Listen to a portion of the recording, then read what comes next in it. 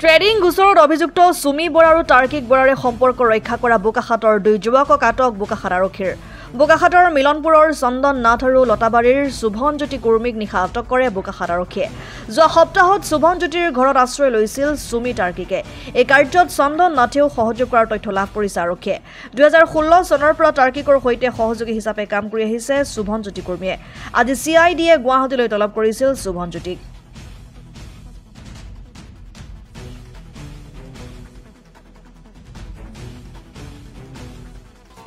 নহয় বোকাখাটৰে এজন ফটোগ্ৰাফাৰ কি নাম চন্দন নাথ বুলি তেওঁ ফটোগ্ৰাফীৰ লগত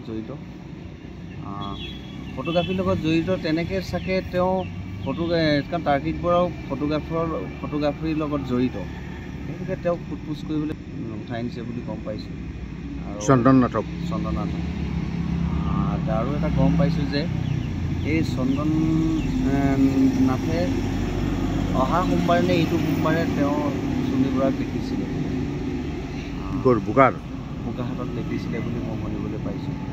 বাকী এজন তেওঁ চাগে ভিডিঅ'গ্ৰাফী কৰে, ভিডিঅ' মানে কেমেৰা পাৰ্চন তাৰ্কিক বৰাৰ তেওঁ ইয়াত আছে বুলি শুনিবলৈ পাইছোঁ। তাৰ্কিক বৰাৰ মানে হেল্পাৰ আছে, হেল্পাৰ এজন এছিষ্টেণ্ট এজন তেওঁ বোকাখাটৰে বুলি গম পাইছোঁ। বোকাখাট ব্যুৰো জননী লাইভ।